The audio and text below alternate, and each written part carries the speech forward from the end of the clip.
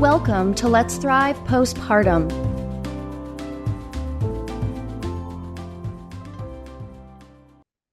Welcome back to Let's Thrive Postpartum. I'm Kelly. And I'm Ashley.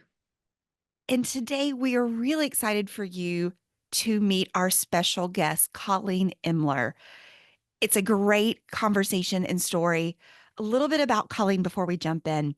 She is a communications professional, a mom of two, an advocate for mental health, a dog lover, and she's an outdoor enthusiast.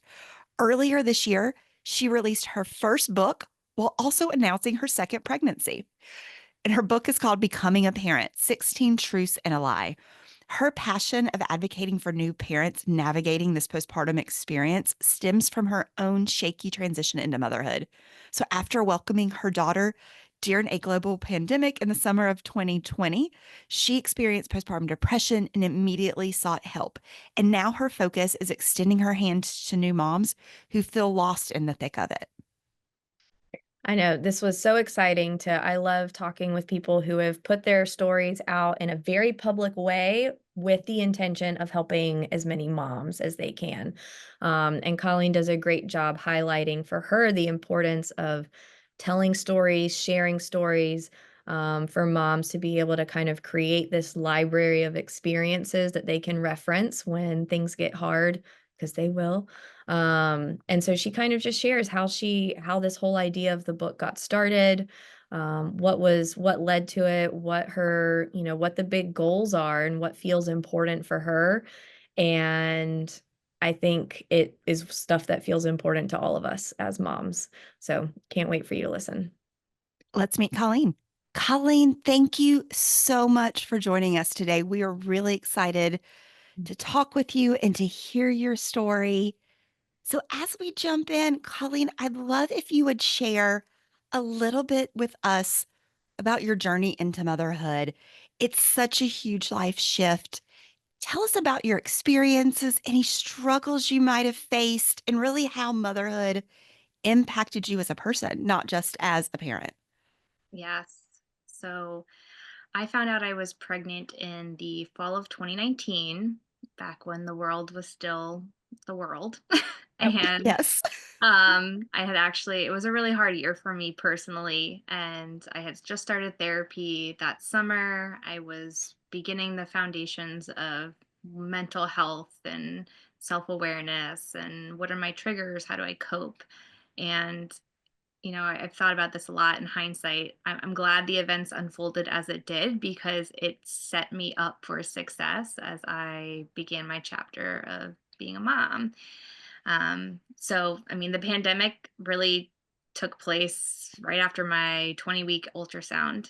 And at the time, I didn't really know any different. That was just my experience, but looking back, it's wow, that was really isolating. Like my last half of my pregnancy, I saw no one. I went to Mhm. appointments alone. Everybody was masked.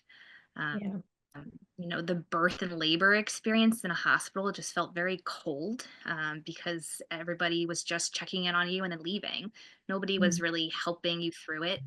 I had my partner in the room, my husband Kyle, and that was great. But I had always envisioned having my mom with me when I gave birth for the first time. So there was a lot of just visions of what I wanted my motherhood experience to be, and it just wasn't a possibility. Yeah. Um, but like regardless of if you gave birth during a pandemic or not, like it is such a life shift. I mean, I mourned my old self. I struggled with how my body was changing. I had postpartum depression. I started questioning everything. I wasn't sure if I was cut out for this role. And I think that that is just really when I look back on my transition into motherhood, and really why I want to share so much about it is because Mhm. I'm not alone. So Yeah. many other moms feel the same way.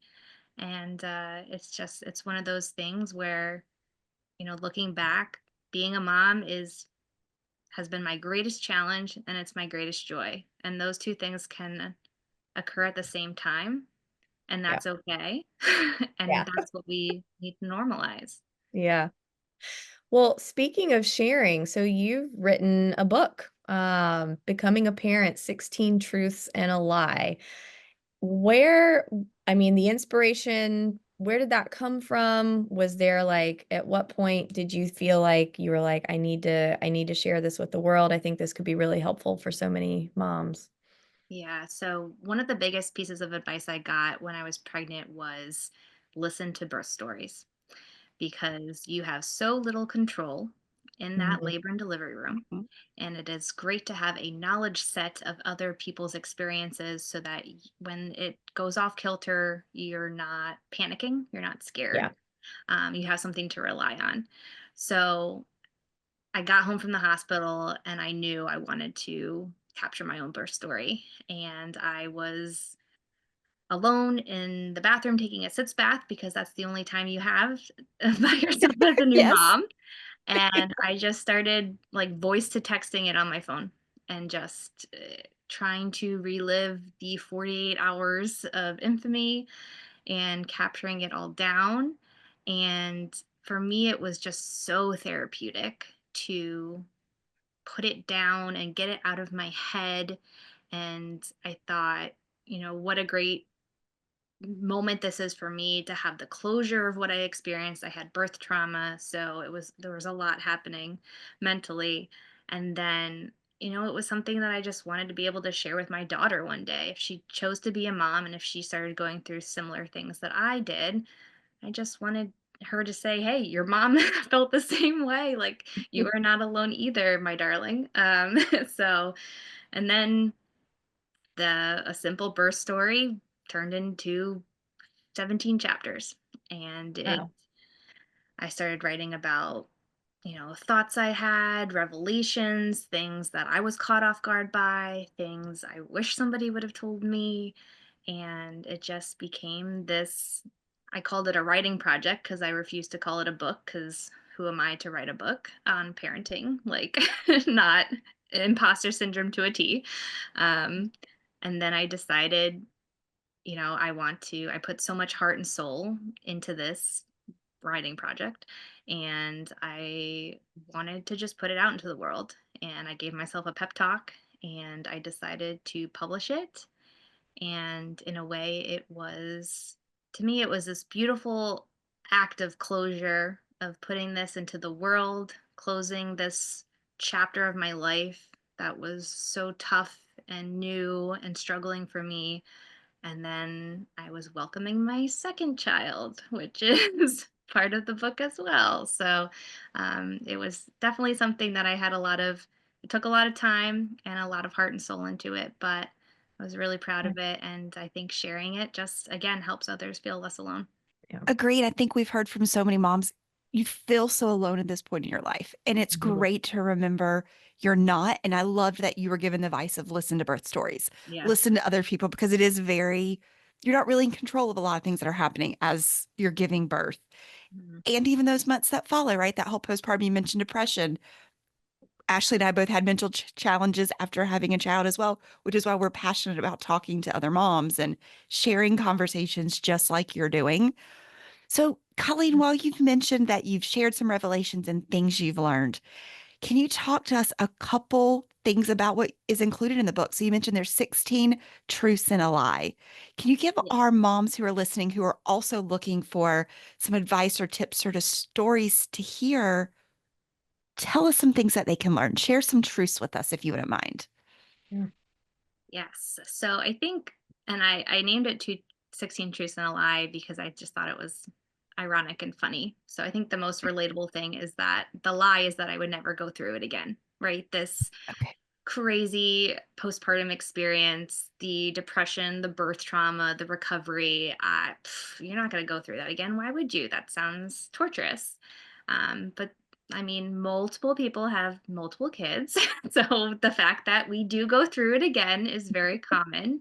And that is what binds us together. So, the lie that I would never do it again and going back into that headspace of becoming pregnant and working through the mental back and forth of I can't believe I'm doing this again. And is my first daughter going to be like okay with this? How is she going to be treated? I never had to worry about another person during postpartum and their experience. So I think that that's probably my favorite chapter in terms of just kind of putting a bow on it, full circle. Um, and having that opportunity to say, yes, it was tough, but there is a light at the end of the tunnel. And for some, they might not want to do it again. But for me, I was ready to jump back into it. um, I think another truth that I really talk a lot to my friends about and to folks that I talk to is, just really the premise of the whole book, and it's not feeling alone. If you're going Mhm. through something and maybe your sister hasn't gone through it, or your friend or whomever, it doesn't mean that what you are feeling is not like validated or worthy of having that feeling and pushing that through. Yeah. So I think postpartum is incredibly isolating, and just being able to have a outlet and have a community that you build together is so important. I mean, 1 in 5 new parents have a perinatal mental health disorder, and Yeah. sometimes you'll be talking to the other 4 in 1 or 4 out of 5, but there's But going to be often time. not. Chances are high that Yeah. there's So another one of those one in there. Well, and you really hit on something too that I think is important is this idea of community, because where we are now, like especially like, specifically to like in the United States and a lot of like Western cultures, like the idea of community and storytelling and sharing experiences and having like support built in around you is not common anymore. And I think that that is one thing, as we talk to moms and we know people love sharing stories, they love hearing stories, they know how important it is. Like you said, you're kind of, every time you hear a story, it goes into this library in your head, right? So that when something comes up, when your brain's able to say, oh, I've heard about this before. Oh, I know someone and they said this happened to them. Like just that fact is incredibly soothing for that like anxiety piece, because you literally know that you're not alone. The hard part is when you don't hear these stories and have that frame of reference, your first thought is like, oh my God, something's horribly wrong with me because Yeah. I don't have any reference point for anything like this. Um, and so I love that that is like one of the, like, I think it sounds like kind of just a big theme in your book is like share your story, that it was important for you. You realized it was important during your pregnancy. I love that. Colleen, can I ask this? So you're talking about community. Ashley and I had kids right around the same time during the pandemic, and it was extremely hard to find that community. Did you do something different? I guess I'm asking, how did you find community during an extremely isolating time, if you did? And then what did you do different with baby and pregnancy number 2 to get that community? yeah, so the first time around, it was very much just my close knit circle of friends. And even with them, I wasn't very vocal or sharing some of my struggles. Um, when my mom read the book, she's like, "Why didn't you tell me all this was happening?" It's like, well, I don't know. Like, I just, in the moment, you're just sitting with it. Um, so I don't know how much community I really had the first time around, besides just trying to get through it and not let the waves crash down. This time, definitely stepped up my game, because I feel, going into baby 2, you're more confident. You think you can handle this. You did it once, you can do it again. Um, of course, baby 2 comes with a whole new set of challenges, which I found. Um, and so you still have to do all the work because it is just as difficult. But I have been much more vocal. My therapy with my first one was really my writing, and now I am awkwardly sharing more on social media, which is very not me, but I have found some comfort in it because, again, the storytelling and the Mhm. capturing in real time has been a comfort, and being able to have folks and friends reach out to me in those moments just helps like quickly validate anything that I'm feeling. Mhm. Um, and then, I've done a lot more talk therapy. I did more physical therapy this time. I have peer support communities that I kind of tap into. So there's a lot of different tools in my toolbox this time that I'm trying to leverage as much as possible to be able to have I'll say a better postpartum experience, because I have the second time. It's still challenging and it's still tough, but I think overall it's a much more ideal version of postpartum for me. Good. And those are great recommendations if you're a mom listening and trying to think through where that community is. All of those are really great ideas to kind of think through how you can expand your community, because it really does, social support does help so Mm-hmm. much. So much, so much. Let me ask you this. So if you could sit down with like, or give a piece of advice to like any pregnant mom or any new mom, and that might be two different pieces of advice. But what is something that you wish that every woman at the beginning of this journey could know or understand? Oof. I think it would be to know yourself and be confident when things don't feel right, and be able to find support for that, because so often, and I think you even mentioned it before, you don't see it in your social feed, you don't see it amongst your friends, your family, those tough, hard Mhm. moments. And then you just feel like something's wrong. Like, I should have never become a mom because I can't handle this crying baby at 3 a.m. when I've had no sleep. Like, of course, rationally it makes sense, but in the Yeah. moment it's so emotionally charging that it just you it just completely destroys you. So I think knowing yourself, and that's, self-awareness has been such a lifesaver for me the second time around, because I'm doing the work in real time and pulling myself out of it Mhm. instead of just wallowing in it. Yeah. So I think and know who you can reach out to. There are going to be some people in your circle that are there for different reasons, right? Like, your aunt might be great to help come over and hold the baby so you can take a shower, but your best friend could be the one that's there and like pulling you out of that dark spot and taking Yeah. care of you and not necessarily focusing on the baby. So Yeah. there's different people in your community for different reasons. So kind of figure out your game plan in terms of how do you activate or reach out to those folks. Yeah. Which goes back, like you said, to knowing yourself, right? Knowing like what is helpful for me, who is helpful for me, and who is unhelpful for me. And can I make the choices most of the time? Nobody can do it perfect every time, but can I make choices most of the time that are things that are like helpful for me and feel good? Yeah. I like that. That would be my wish for all new moms too. Me too. But I think where you're calling, what you're doing is so important to help share that story, to help moms get that awareness, because it is so isolating. You feel shame sometimes. Why do I feel this way? Why am I not experiencing this perfect social media motherhood experience that we know isn't real? So thank you for being honest and sharing that vulnerability and helping moms realize this is hard and we've all been there and you're not alone in it. If listeners want to grab a copy of your book, tell us where they can find you. Tell us, because we've talked about some great tips that they're going to learn. If they are trying to find Becoming a Parent, 16 Truths and a Lie, where can they find it? And where can they start following you so that they can continue to get some great tips?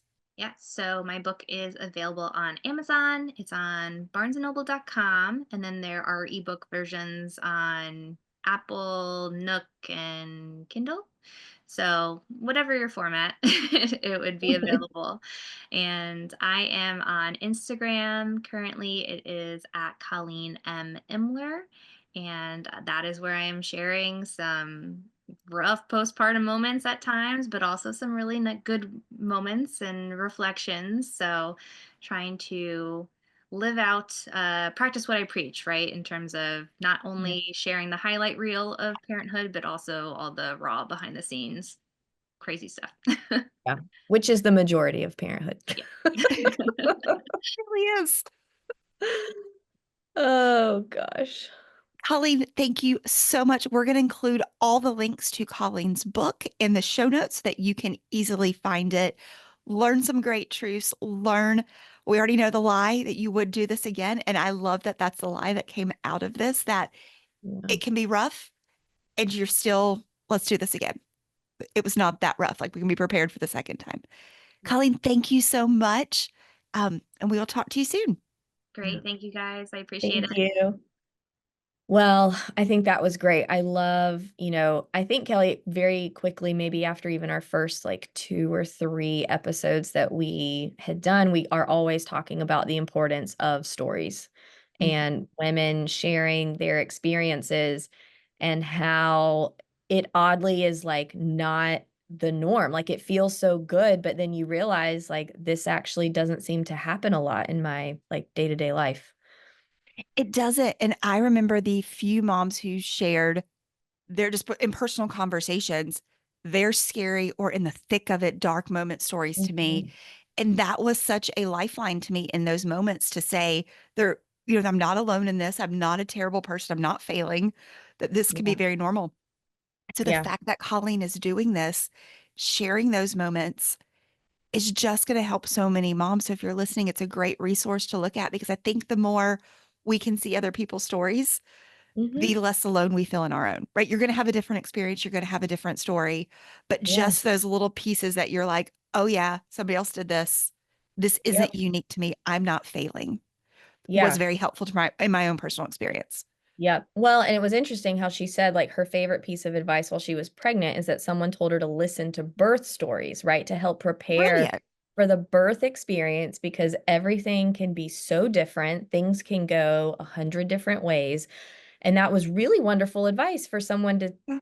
to say that. But then you think about it and you're like, well, wait a minute, but what about after birth? That seems to be there is a lot of information and community and talking about birth experiences, but then the postpartum experience, there does seem to be a big gap Yes. from people sharing. And I think it's often because it's hard and things that are hard to talk about and hard to share. Um, and so, yeah, I love that that was kind of, she took that and that was like the impetus for her book and her whole goal in sharing her postpartum experience, Me too. is Me too. impactful. I see that alignment with us because we're doing the same thing, right? How do we Mhm. kind of share ours isn't in written form, but podcast form? How do we just share our stories, share our expert stories like Colleen that we've met? And if you're a mom listening and you want to hear more postpartum stories every month, we've had some great moms come in who have just come in to share their pregnancy, postpartum overwhelm or struggle story and how they made it through. Go back through our archives. We have some really, really touching and empowering stories of mom Yeah. who's have overcome some traumatic, deep things. And that sense of community has always been a part of it. And getting to share those stories has been so meaningful to them as well. Yeah. And if anyone out there feels comfortable or feels like it would be helpful for you to share your story, we would love to hear from you. Yes, reach out to us at podcast@wethrivepostpartum.com. We'll put it in the show notes. We're available. We'd love to learn your story and share that as well. Yeah. So So check out Colleen's. We're gonna include the links for her book and her social media account, so you can check out Becoming a Parent: 16 Truths and a Lie, and get a copy for yourself. And I know we're coming right up to the holiday season, so maybe it's a great gift that you could ask for and or give to any other pregnant new moms in your life. I feel like the more we can share, the better. Yeah. So thank you for being with us. Thank you for hearing some more stories, for potentially sharing your own, and we'll see you next week. Bye. If you enjoyed this episode and found it helpful, please be sure to hit subscribe, leave us your feedback, and give us a 5-star review. For even more support, visit us at wethrivepostpartum.com/podcast to sign up for our newsletter and learn more about our community. Remember, you are not alone. With support, you can feel better. Together, let's thrive postpartum.